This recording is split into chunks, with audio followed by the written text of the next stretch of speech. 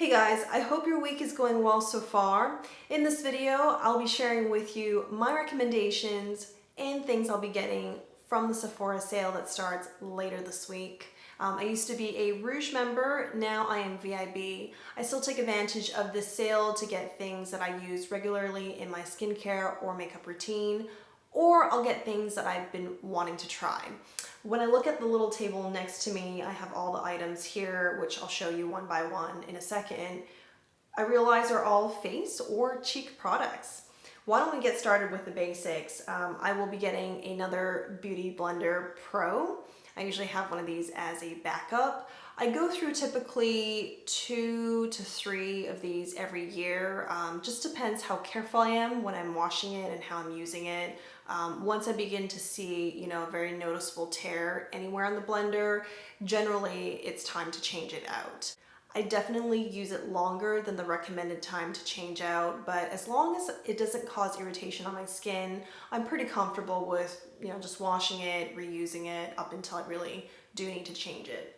Next is Milk's Hydro Gripped Primer. This has been my go-to everyday primer since I got it last fall, and it is vegan, so if that's important to you, this might be something you're interested looking into. It is silicone free, and I find that generally, even after a full day of concealer, bronzer, and contour, my skin generally still feels pretty good, and I think it has something to do with this primer. It feels fairly light on the skin, almost like a gel-like texture that is a bit tacky, and it really grabs onto makeup, and I think it does help extend the wear of your foundation.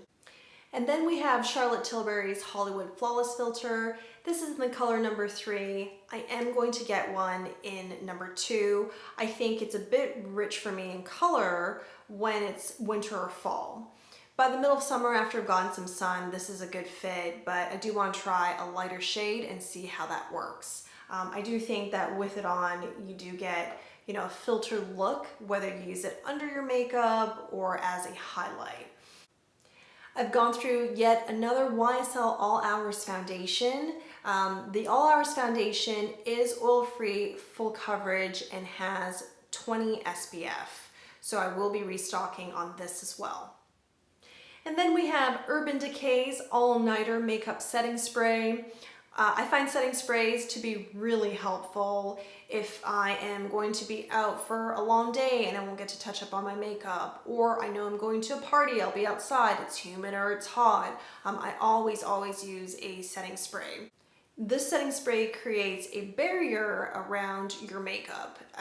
It won't oxidize as quickly, the breakdown won't happen quite as quickly, and a good testament to this is, as your skin starts to produce more oil, you go and maybe try to tissue or dab it off with a oil blotting paper. Less makeup ends up transferred onto the paper or tissue. So if you are looking for a setting spray, this is the one that I recommend. This Daily Brush Cleaner by Sephora is my, quick brush clean. For a deep clean, I do use soap, but for a quick clean once a week, I use this spray. Now, when I looked at this today on Sephora's website, they do not have the 200 milliliter, which is what this is, in stock. In fact, it wasn't even an option on the website. They only had the 60 milliliter. And that makes me wonder if they're going to bring this back in the bigger size, in the same size, or maybe they're rebranding, or maybe they're changing the formula. So I'm not sure what's happening there, but if you are in need of a brush cleaner, this is the one I recommend. Next, we have NARS's Afterglow Overlust Cheek Palette. I talked about it on Monday's video, so I won't spend too much more time on this. Beautiful colors. 3 blushes here that have a satin finish, and then the 3 highlighters. I find that the pairing here is, this is the recommended highlighter to go with this blush. This is, etc., etc. Again, I do have a video of this palette coming soon. On with the theme of cheek products. Next is Jouer Bouquet D'Amour. Beautiful blushes by Jouer. and I have not seen this color before for blushes. But it would be fair to say I haven't paid attention to blushes this much in a long time, so and maybe there were other colors similar released by, you know, other brands and I just haven't been exposed to it. I did use this blush today.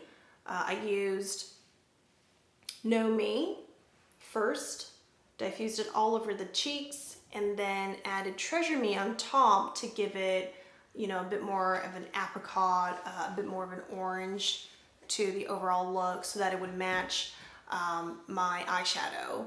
And for eyeshadow, I did use Pat McGrath's Midnight Sun. The kind of red or earthy tone you see here is the color Vermilion.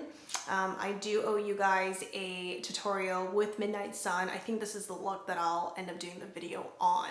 But yes, I just love that you can mix and match the different blushes to create your own kind of custom color. I also don't have blushes, you know, in this kind of plum or berry color. I don't have this more subtle color here or this deeper color. So I just love this combination and the different things you could do with it. And then for my last item, I have Natasha Denona's Diamond and Blush Palette. This is Darya. If you guys have been following my blush series, you would have seen my tutorial on this palette, the looks that you can get. Basically, if you use all 6 products or even 4 or 5 of the 6, you can get a very glowing, luminescent, diamond, sparkly look. It's just beautiful. I will share the video up above as well. Now, there is a counterpart or a second palette of this series called Citrus. Citrus has a yellow dual glow and the other shades are a bit deeper. I see it as a palette that's very, you know, deeper skin tone friendly, as well as when during the summer you've had some sun. It just seems like very flattering. The palette is currently on sale on Sephora's website for 50% off. I don't know if the sale that it has right now will continue as the Sephora event launches. If it does, then I would definitely get Citrus for myself. That would be 50% off plus an additional 15. It's just the convincing that I need. But if you're interested, then maybe it's time. Well, there you have it. Those are my recommended items or items I will be buying during the Sephora sale. Share with me down below what your plans are for the event. And I know during these uncertain times, not everybody is in a position to go buy a bunch of makeup or restock. If that's the case, I just want you to know there will be more sales and many of the items will continue to be available afterwards and you will have access to them. I think what's most important right now is safety and health. So take care. I will see you guys on Friday.